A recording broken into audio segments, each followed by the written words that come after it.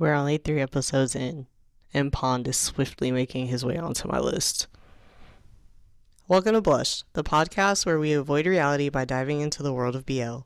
I'm your new bestie, Ray. Every week, I'll be doing episode reviews from BL drama series, old and new, as well as providing updates on upcoming series, ships, and everything BL. Let's dive in. Welcome back. If you made it to episode 3, thank you so much. You are a real one, and I really appreciate your support. If you're new here, welcome. Welcome to the nonsense that is my podcast looking into BL series. So last show, I talked about some of the dramas that are going to be airing in July. So continuing off of that, the trailer for 4 Minutes starring Bible Jess has come out. So I kept seeing tweets about this on Twitter with one particular screenshot, and it looked spicy as hell, so I had to watch it. So of course I'm going to talk to you guys about it.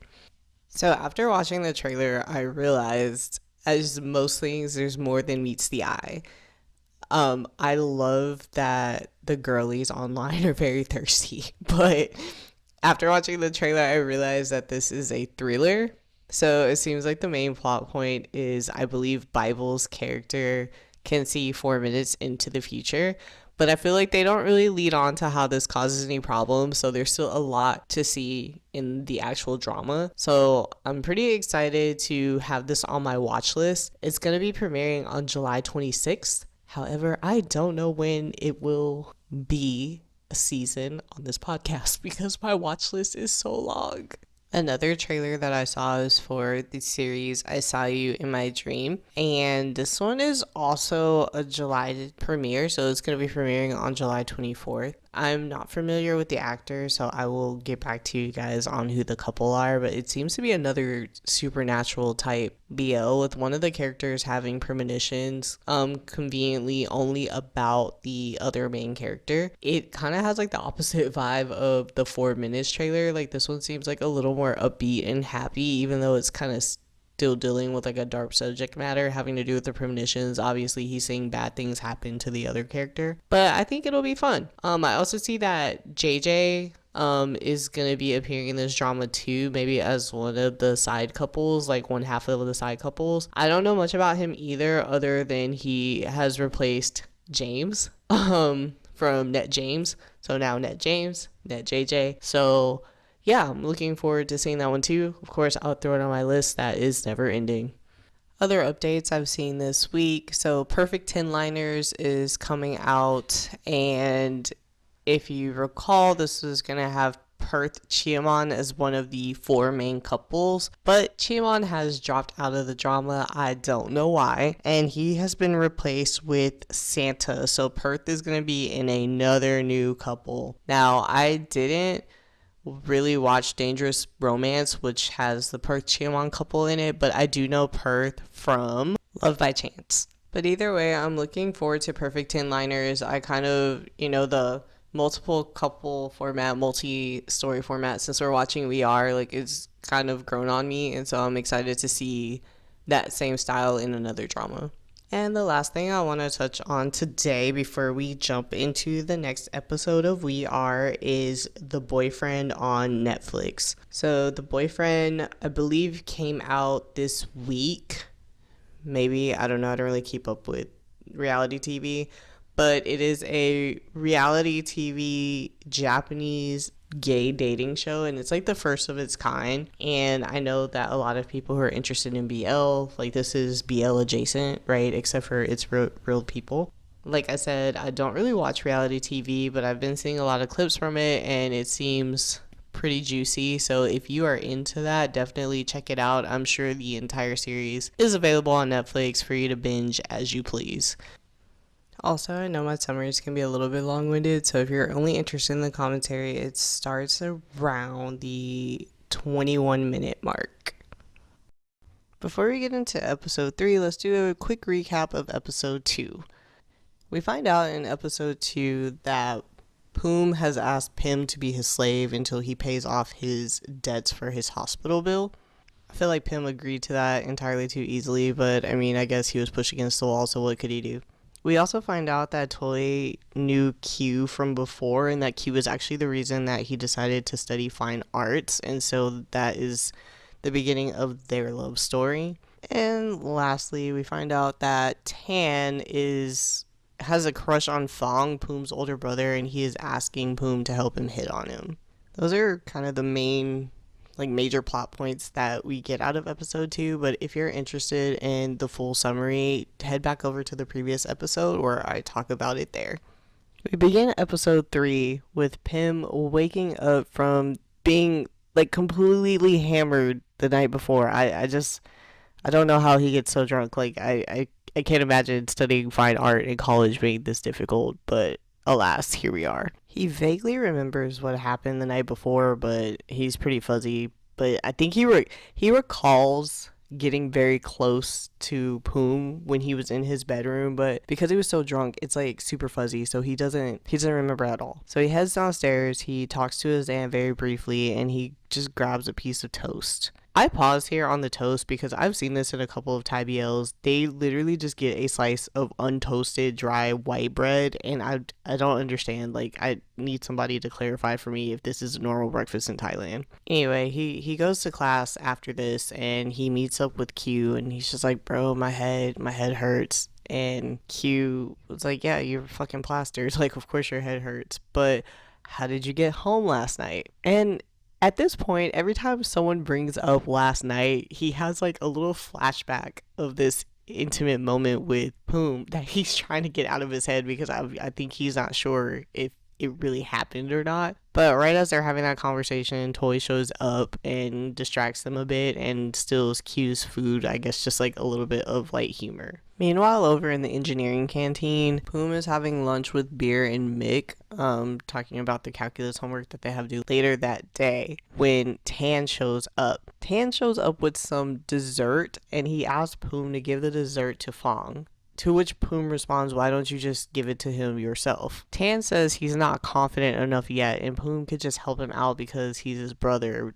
Poom says that he would never buy something like this for Fong and it would be suspicious, but Tan insists that he can do it. As they're having this conversation, Fong walks up unexpectedly, saying that he was meeting a friend of his in the engineering canteen for lunch. So Poom hands him the dessert that Tan bought for him, saying that it was from him. Fong was surprised, but he took the dessert thinking Poom for giving it to him, while Tan was just looking there, Tan sitting there looking all dreamy-eyed. This is quite common at this point, and that pretty much ends that.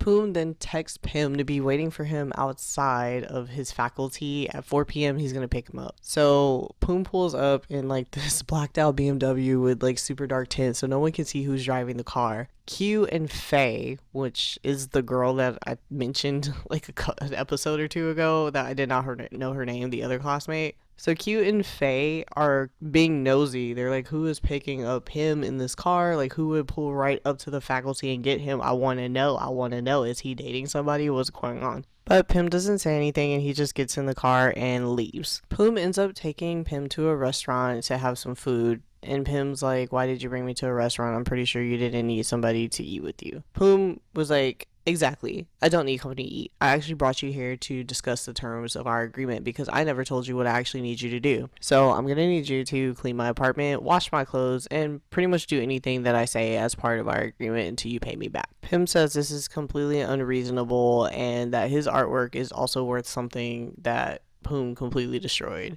Being the rich boy he is, he was like, just tell me how much the painting costs and I will just give you the money for it. And Pim says, give me 200,000 baht and then we can call it even. I love that Pim is pretty sassy whenever he's with Poom. It's a really interesting dynamic. But Poom says that he'll give him the money when he finishes the 2-month term of the contract. From here, Poom says that he wants to go shopping again and that he needs Pim to carry his bags. If you recall, this is deja vu. We've already done this before. So they go to the mall and Pim is walking around carrying all these bags from all these designer brands wherever Poom goes. Pim says that he's thirsty from the walking, so he asks if they can stop and get a drink. While they're sitting and Pim is drinking his drink, Poom cooks up this idea and tells Pim, hey, I actually need to go run an errand after this, so just stay here. Pim asks if it's a short errand, it's just around the corner, we can just go together because you're going home after this, you can drop me off. Phum declines to take Pim with him. He's like, I don't want to carry all these bags around, as if he was the one carrying them, but he was not.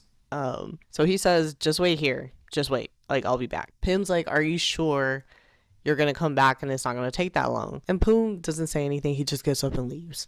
Well, just as you would expect, he did not come back. Like, what a dick. He literally went home. He went to his parents' house and just stayed there. So Pim, being like the naive, nice person that he is, he actually stayed at the mall. He stayed at the mall until the mall closed. Like, the security guard had to kick him out. And he kept calling Phum, and Phum wouldn't answer the phone. Eventually, Pim made it home. His phone died while he was at the mall, so Phum tried to call him back at some point, but he didn't answer because his phone was dead, and Phum just assumed that he went home at this point, which he didn't. Once he plugged his phone up to charge, he got a call, and he didn't even check the caller ID. He just answered the phone assuming that it was Phum, and he's like, where were you? Why did you leave me? Like, I waited for so long for you. But it was actually Q. If you recall, none of Pim's friends are to know about his slave contract with Phum, so he fucked up. Q was like, where have you been? Who are you with? Who kept you waiting? I have so many questions.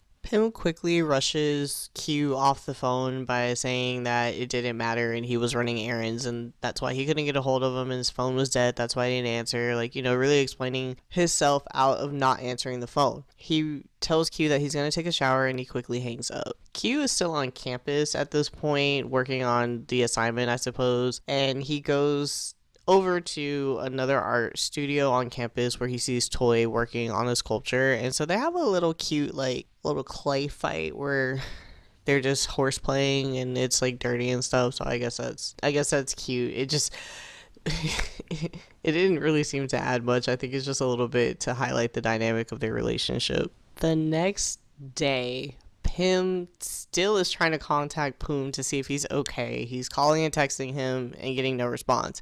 So Pim texts Tan, since they're classmates, and he's like, hey Tan, like, is Phum at school today? And Tan's like, yeah, he's here. And Pim asks if he's okay. Tan's like, yeah, he's 100% fine. Like, he's actually in a really great mood. In fact, he's all smiles today. So Pim realizes at this point that Phum left him at the mall on purpose. Pim goes to relieve his angry feelings by painting in the studio. While he started painting, he gets a text message from Phum saying to meet him in front of the engineering faculty at 4 p.m. And he goes, which at some point, like, I know it's a drama, but it's like, you could say no, right? Like, you could not go, right? If you don't want to. But maybe I'm being too realistic. Maybe I'm missing the point. Maybe I'm missing the romance of the forced labor. But let's jump over to Q and Toei for a bit. Toei is sitting outside on the curb painting, and he sees a dog walk by, and him seeing this dog outside triggers a memory of when he was in high school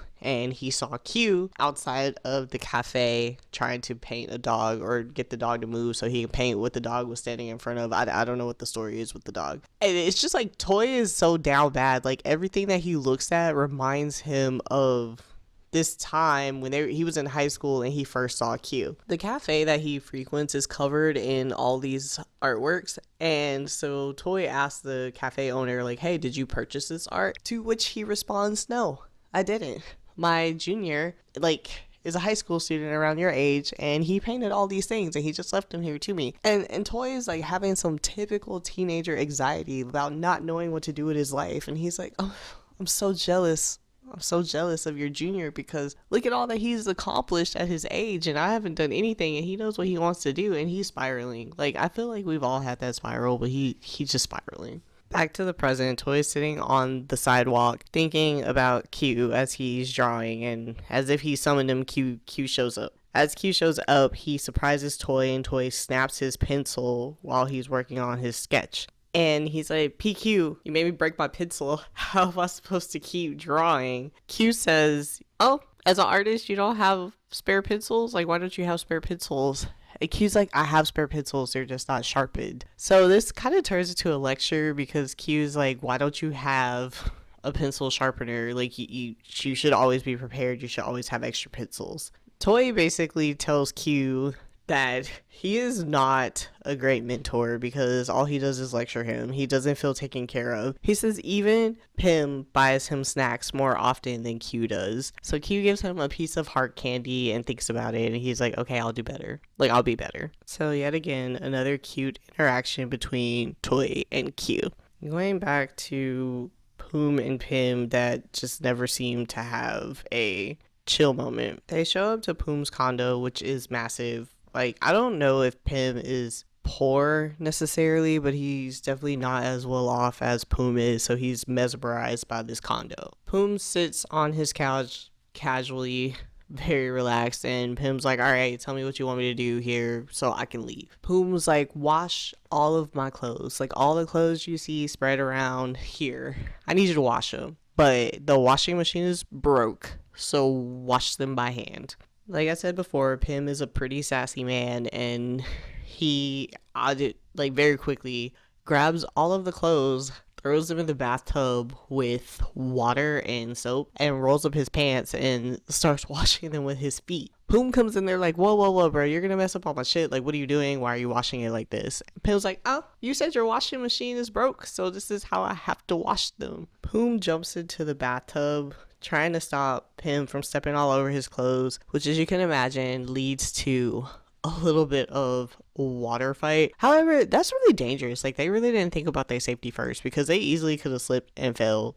Or was that the point? Because that's exactly what happened. Phum slipped and fell, and of course Phum follows very close behind, and once again we're face to face, slow motion, water spraying in the background, cultivating that romantic environment. But the romance didn't last for long, because Phum quickly jumped up and was like, what the fuck are you doing? Hey, get off me. Right? Even though he fell on top of Phum, but whatever. Logistics doesn't matter, right? Phum tries to leave at this point, saying, this is it, right? That's all you need me to do was wash your clothes. And Phum says, no, I'm hungry. I want you to cook for me too. Phum says he can't cook, but Phum still insists that he cooks for him. So Phum cooks, I guess, the only dish that he knows how, and tries to serve it. Phum offers for Phum to eat, and Phum says, no, I'm not gonna eat. And Phum's like, I need you to taste this, because what if you poisoned me? Like, I'm not just gonna eat this without you eating it first.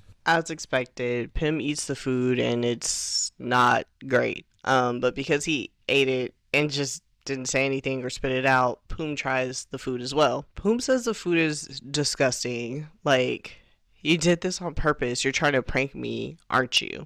Phum's like, you gotta be joking. Who's pranking who exactly? Yesterday, I waited for you at the mall until the mall closed, and you never came back, and you're saying that I pranked you by cooking bad food. And Phum's like, you waited at the mall for me all night? Like, I thought you would have gone home.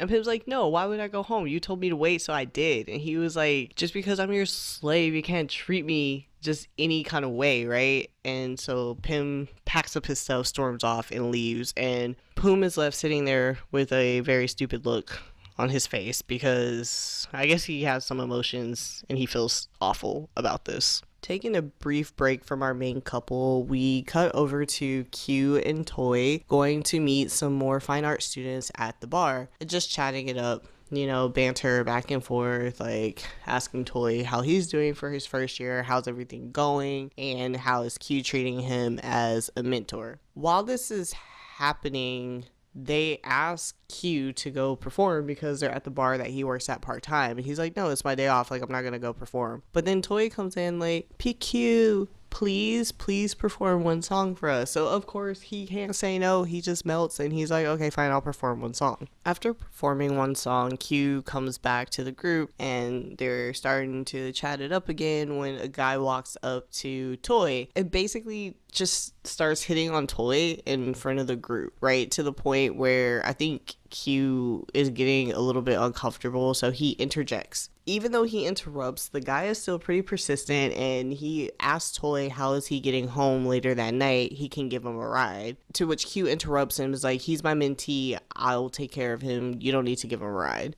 Like, get the fuck out of here. He doesn't need you, he has me. Like, you know, kind of vibe. And I think everybody was kind of taken aback by that. Like, the other two fine art students and Toei were just looking like, what just happened here? At this point, we're approaching the end of the show, and we jump back over to Phum and Pim. And Phum is in a daze the next day because he's still thinking about how upset Pim was the day before. So he asks Mick and Beer their opinion on the situation, but he of course tells it as like, not this didn't happen to me, but it happened to a friend, right? And it's like, what would you give as advice to my friend? Because my friend wanted to play a prank and da da da da. He explains the whole mall situation. Mick suggests to ask your friend why he waited at the mall for you all night. Like, why would he do that? But Beer says, just apologize, you know? And Beer is one of my favorite characters. I feel like he's the only one that makes any logical sense in this show. He's literally the voice of reason that Phum needs. All right. So, with this advice, Phum sets off to go find Pim, and he finds Pim working on the painting that he destroyed with the soccer ball. As he walks up to Pim, Pim's like, what do you want from me? Why are you over here? I'm working on this piece of art, and once I'm done, I will never have to deal with you again, so leave me alone. But because romance, Phum reaches and grabs Pim's arm and pulls him close, and he's like, you're my slave, so you'll do whatever I say, right? And Pim's like, what are you getting at? And Phum says, if so, can you forgive me? And he apologizes for leaving Pim at the mall. And this is where episode 3 ends. So for episode 3, we spend quite a lot of time focused on the Phum, Pim, Q Toei couples. Like, we don't really get too much on Tan and Fong, and we definitely don't get too much on Pun and Chain. We saw them briefly, but it wasn't really enough to mention in the summary. But basically what I got is that Phum has like the literal communication skills of like a 6-year-old. Like, it's crazy. This man is so immature. And he's so frustrating too. Like, I just kind of want to like punch him through the screen. Now, that's not to say that Pim is perfect, because he's obviously too fucking nice. It's like, think about it. You're a second year college student. Like, how do you get yourself in a situation like this? But like I said before, I guess it's a drama and I'm just supposed to play along. Like, I'm thinking about it too realistically. But yeah, like Phum just doesn't know how to, I guess he doesn't realize when enough is enough. Like, he's one of those people who's gonna have to like take it too far to realize that he messed up. And I just don't really know what that's gonna be like for their relationship in the future, right? Like, is he going to keep taking it too far where he's gonna literally chase Pim off, or is it something that he's gonna learn in the future? I don't know, right? So I'm curious to see how he develops as a character, and hopefully matures. As far as Q and Toy, I feel like Q is just really giving mixed signals, right? Like, he doesn't really lead on to what he's feeling at all. Like, at all. Like, this man's like a goddamn rock. But I think there are glimpses of how he feels towards like Toei, right? I think even without kind of understanding the culture very well, it just seems like he's going above and beyond as a mentor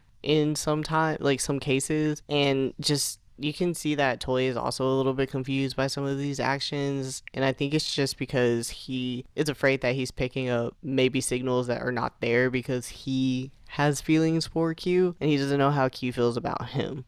I think it's a little less clear how Q and Toy are gonna come together as opposed to like Phum and Pim. Like, I feel like enemies to lovers is just such a common one, right? So it's like, I know like eventually like Phum is probably gonna grow up and Pim is gonna be like a little softer and they're gonna end up together. But I feel like with Q and Toy, I think it's just not as obvious to me how that's gonna work out, because I don't know what Q's problem is. Like, you know what I mean? Like, is he just not interested in Toy, or does he got some hidden trauma we don't know about? Like, I just don't know, right? So I'm curious to see how this continues to play out. I'm also I guess expectant about how the Tan and Fong couple are gonna end up, because like, if you recall, like from episode 2, Fong is pretty cold as well, so I don't know how that's gonna work out, because Tan is the complete opposite. He's super lively, and like right now he's not really laying it on thick. He's kind of being very shy, so I wonder how those two are gonna end up together. I'm very curious. And Chain and Pun, I just don't know what to think about them. It was like, Pun is just such an airhead. Like, I really feel like he's there for comic relief a lot of the time, and I don't know what Chain sees in him. But I think right now they're kind of like the least developed couple in terms of how the story is going. So I'll just wait. I'll just wait on that one. Either way, we're still chugging along. Like, I am still very engaged in the story. Like, I wouldn't say this is one that I necessarily want to drop. So, I'm pretty notorious for not finishing a series. And if you guys are interested in the series that I did not finish, let me know. Maybe we could have a special episode talking about that. So, with that, we have come to the end of another episode. We are still sponsorless. So today's episode is sponsored by all of the time I spend watching BL edits on Instagram. To the people who make those, you guys are the real ones, because how else would I avoid my daily responsibilities without you? So thank you. That's all I have for you guys today, and I will see you in the next episode. Bye! Thanks for tuning in to another episode of Blushed. If you liked this episode, please leave a review. For drama recs or listener letters, please email them to blushedpodcast@gmail.com. Remember, stay rosy, and I'll see you next week.